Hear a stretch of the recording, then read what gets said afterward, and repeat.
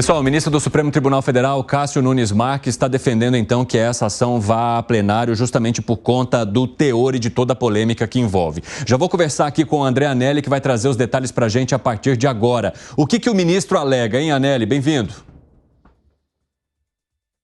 Obrigado, Evandro. Muito boa tarde para você, boa tarde a todos ligados aqui no 3 em 1 da Jovem Pan. O ministro do Supremo Tribunal Federal, Cássio Nunes Marques, alega que todo esse tema envolvendo a suspensão do X, antigo Twitter, envolve um tema muito sensível, de grande repercussão social e inclusive com controvérsia constitucional. O ministro acabou se manifestando em relação a duas ações. Uma que foi apresentada pelo Partido Novo, que questiona a suspensão do funcionamento do X aqui no país, e outra da OAB, da Ordem dos Advogados do Brasil, que questiona a aplicação de multa de até R$50 mil para aqueles usuários que acabarem acessando, então, de forma irregular o X, antigo Twitter, mesmo que façam, inclusive, por meio da VPN, aquela rede virtual privada que acaba estabelecendo uma conexão segura entre os computadores. Então, o ministro Nunes Marques, nesse contexto, deu agora um prazo de 5 dias para que a Advocacia Geral da União, a AGU, e também a Procuradoria-Geral da República, a PGR, se manifestem a respeito das duas ações, tanto a do Partido Novo quanto a ação da Ordem dos Advogados do Brasil, a OAB. A gente relembra que na última sexta-feira, no dia 30, o ministro Alexandre de Moraes, em uma decisão monocrática, acabou suspendendo o funcionamento do X em todo o país por conta da empresa não ter apresentado, no prazo estipulado pelo ministro, de até 24 horas, um representante legal aqui no país que pudesse, então, responder principalmente questões judiciais. Logo depois, na segunda-feira, no dia 2 de setembro, essa decisão acabou sendo reconhecida pela primeira turma, mas agora o ministro Cássio Nunes Marques, por conta dessa manifestação dele, desse posicionamento dele, de que o tema é sensível, gera controvérsia constitucional e também grande repercussão social, acabou defendendo que o tema seja julgado, seja levado para o plenário do Supremo Tribunal Federal. O STF, por sua vez, a assessoria do Supremo Tribunal Federal, acabou se manifestando, dizendo que esse julgamento não tem prazo para acontecer, mas agora quem tem prazo é a PGR e a AGU, de 5 dias para se manifestarem a respeito dessas ações que questionam a derrubada e também as multas aplicadas a quem fizer o uso do X, o antigo Twitter. Evandro. Muito obrigado pelas informações, André Anelli. Bom trabalho para você. Vamos conversar aqui com os nossos comentaristas para entender, então, a repercussão sobre essa decisão de Nunes Marques de levar a plenário, porque ele entende que colocar mais uma decisão monocrática sobre um assunto que já está gerando tamanha polêmica, recursos, ações, tornaria tudo ainda pior, né, Segré? Concordo com o ministro, me parece muito sábia essa decisão. Além do mais, no plenário tem que ter exposição de cada um dos ministros. Então, cada um vai ter que explicar. Aí não tem um voto virtual, não, tem que falar. E se tiver algum dos ministros assistindo e tiver à vontade, eu teria 2 perguntas para sugerir para que qualquer dos ministros faça ao ministro Alexandre de Moraes. A primeira é como ele vai verificar a utilização de VPN dentro do território nacional quando, na impossibilidade de acessar a rede e na impossibilidade de acessar o VPN, o Supremo Tribunal Federal deveria contrariar a sua própria determinação para ver quem está usando o VPN. Ou seja, a única forma de entrar seria com VPN. Se ele entra com VPN, estaria infringindo uma determinação dele mesmo para poder multar as pessoas que estão fazendo esse uso através do VPN. Então, como seria essa metodologia de fiscalização? E a segunda, se ele poderia comentar como uma empresa do exterior conseguiria ter um representante legal na junta comercial em 24 horas, porque isso na prática também não existe. São apenas sugestões para ver se conseguimos entender um pouquinho melhor a definição do STF em relação ao GIS. Agora, o Zé Maria Trindade, que está conosco também, seja muito bem-vindo, muito boa tarde para você. A gente tem o Nunes Marques também pedindo à Procuradoria-Geral da República uma manifestação, assim como o próprio ministro Cristiano Zanin, sobre aquele recurso que foi movido pela Starlink, também depois que o ministro Alexandre de Moraes misturou praticamente as duas empresas na tentativa de conseguir essa punição ou fazer com que o X revertesse, então, pagasse as multas e pudesse indicar um representante legal. Então, nos dois casos, se tem a Procuradoria-Geral da República com a possibilidade de uma manifestação e a gente entendendo quais seriam os posicionamentos dos outros ministros do plenário sobre tudo isso que começou com um ministro que foi o Alexandre de Moraes. E é um olhar novo sobre esta polêmica, né? Boa tarde, Cine. Boa tarde aos meus colegas de bancada aqui. Boa tarde a você que nos acompanha. Olha, o Supremo Tribunal Federal vem entrando em várias searas, em várias bolas divididas, em várias, vamos dizer assim, matérias polêmicas e está evitando discutir um artigo constitucional. O Supremo foi criado exatamente para manter ali a Constituição, ou seja, o controle orçamentário. E está na hora mesmo de levar ao plenário esse debate sobre a liberdade de expressão. É isso que quer o ministro Nunes Marques quando manda ao plenário. Ele poderia decidir, mesmo não é praxe, né?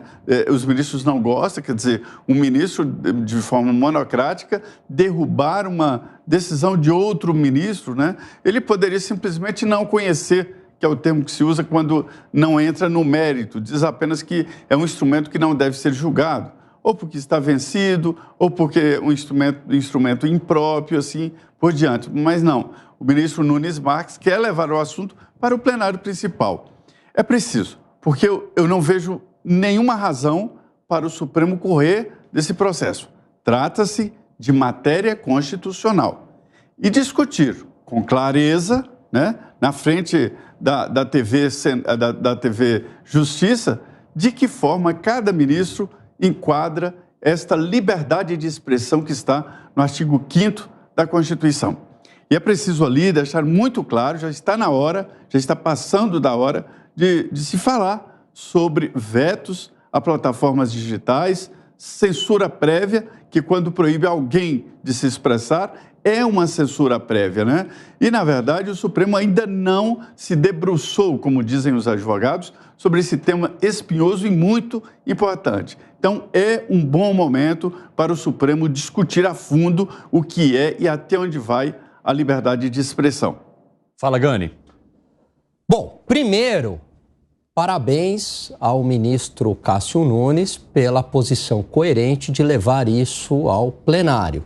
Eu sou contra aqui decisões monocráticas, portanto, vou manter a minha coerência. Que todas as decisões importantes do Supremo Tribunal Federal sejam discutidas em plenário e não monocraticamente. Isso que o Zé falou em relação à liberdade de expressão é muito sério. Veja, até pouco tempo havia suspensão de postagens no Twitter pelo Supremo Tribunal Federal sem um motivo, sem passar pela Justiça, né? Sem o devido processo legal, sem a provocação do Ministério Público de ofício, seja o TSE, seja o Supremo, pedindo a exclusão da postagem.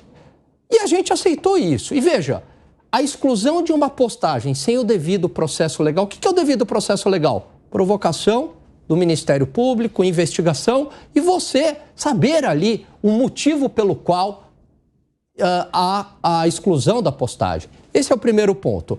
Depois, aceitamos isso numa boa, normalizamos. Depois da exclusão da postagem, vem a exclusão do perfil.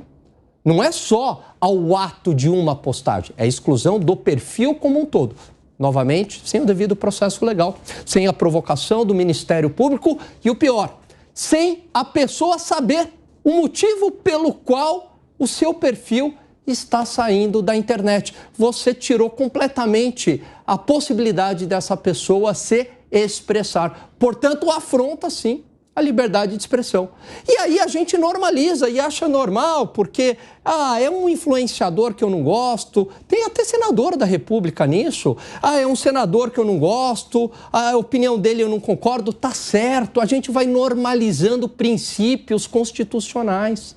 E aí chegamos ao ponto inimaginável da derrubada de uma rede social inteira, global, a maior empresa desse tipo de comunicação de notícias online. Não tem igual ao Twitter, e o Twitter está suspenso no Brasil. Nem na Venezuela o Twitter está suspenso. Mas o que eu quero dizer é, Olha como a normalização de precedentes, a gente vai normalizando, a gente vai aceitando, a coisa vai escalando e a gente chega nesse ponto. Agora, Gânia, eu quero te questionar também, porque a gente sempre coloca todos os lados aqui nos debates do 3 em 1. Isso aí é uma lei aqui para nossa equipe. E a gente está falando sobre essa suspensão, mas a gente também precisa mencionar que, de certa forma, o dono do Twitter também deixou de cumprir uma determinação que seria um representante legal, que o Segré já explicou dezenas de vezes que é algo que está na nossa Constituição e que deve ser cumprido por qualquer empresa internacional que queira se instalar aqui no país. De que maneira que, no seu ponto de vista, a gente deve colocar na balança aquilo que Elon Musk deixa de fazer, as determinações que ele precisa cumprir e que até agora não teriam sido cumpridas, versus uma decisão que suspende a rede também por causa disso? Então, mas não dá para eu responder essa pergunta num sim ou não, é legal ou é legal, porque é uma circunstância prévia. A partir do momento que há exclusão de conta sem o devido processo legal, isso é uma decisão ilegal pelo próprio Supremo Tribunal Federal. Ou seja, você entende que o motivo que levou, um dos motivos que levou a suspensão do X já começou errado. Já começou errado. Se o devido... Esse é o meu ponto que eu insisto muito e a gente está perdendo a essência dessa questão. Se o devido processo legal fosse respeitado desde o início, o Supremo Tribunal Federal pede... Aliás, não é nem o Supremo Tribunal Federal. Um inquérito do porquê que essas contas estão transgredindo a lei. A transgressão da lei. Então, vamos supor que o inquérito aponte que há ali um crime. Quem é que vai fazer a acusação formal ou não? Ministério Público. O Ministério Público vai provocar o Supremo Tribunal Federal. Aí o Supremo Tribunal Federal vai julgar, né? Vai falar, opa, houve um crime aqui ou não houve um crime? Houve um crime, eu quero a suspensão, devido ao processo legal.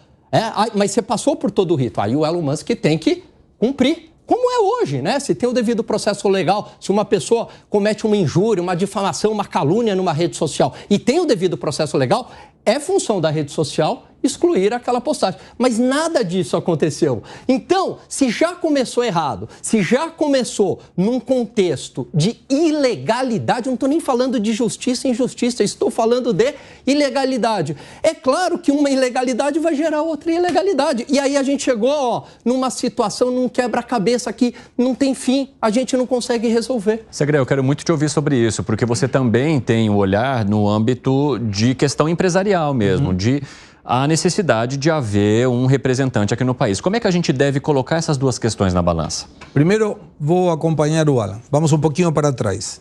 Quando você tem algum problema judicial, tem que ter um processo legal. Vamos supor que eu seja quem está sendo investigado. Não tenho foro privilegiado, não fiz nenhuma questão vinculada com ninguém que tenha foro privilegiado, mas o Ministério Público escolhe ou determina por uma ilegalidade eventual me investigar.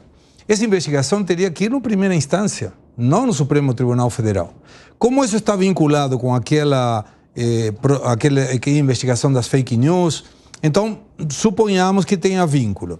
O grande problema é quando uma determinação que não tem o devido processo legal instrumenta uma determinação judicial por um dos ministros da Suprema Corte de Justiça para uma plataforma que os acionistas estão nos Estados Unidos, ele deve sim cumprir com uma determinação judicial, desde que essa determinação não incumpra uma lei nos Estados Unidos.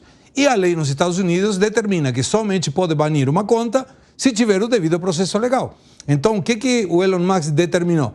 Cara, eu não posso cumprir essa lei, porque para cumprir uma lei no Brasil, estou descumprindo uma lei nos Estados Unidos. Então, me diga, qual é o delito que esses perfis que você quer que eu exclua cometeram? Me mostra alguma coisa. Em função de que isso não foi cumprido, o ministro Alexandre de Moraes disse, você não está cumprindo a lei, então te penalizo, te multo, o que for. Ok. Aí Elon Musk disse, por uma questão de preservação da integridade dos meus funcionários, ou seja, estou retirando eles. E cancelou o procurador. A partir do momento que cancela o procurador, a empresa, se estiver no território brasileiro, tem que ter um procurador aqui. Só que não tem como ter esse procurador em 24 horas. Hoje mesmo de manhã, numa reunião com investidores do exterior, a gente fez um cálculo. Não pode ter menos de 7 dias para ter a procuração registrada na junta comercial. Claro, aí Elon Musk poderia dizer, ok, eu estou no processo, está aqui a ata da Assembleia Extraordinária, já fiz a procuração em inglês, já foi para o Brasil, tem que ser traduzida e juramentada, tem que ser registrada no cartório e tem que ser registrada na junta comercial. Nesse processo, então, poderia eventualmente ter uma atenuante. Mas não é a consequência, não é o efeito, é a causa. O que não está sendo discutido é a causa. Já retirou agora da SpaceX. Os funcionários do Elon Musk no Brasil já foram também. Já saíram. Ou seja, estão pegando foguete e já está indo. Não estão ficando. E da Starlink não sei até quando vai estar. Mas isso é uma questão muito perigosa, porque inclusive quando entra uma legislação americana, imagina que vergonha seria se eventualmente o governo americano, a embaixada americana, retira o visto dos Estados Unidos do ministro Alexandre de Moraes. Seria um problema muito grave, muito grave. Então é uma situação que vai pegando cada vez mais tamanho, por isso me parece muito atinado que o ministro Nunes Marques leve para o plenário e que aí tem que ser debatido entre eles e colocado a ideia de cada um publicamente, para que as pessoas possam acompanhar.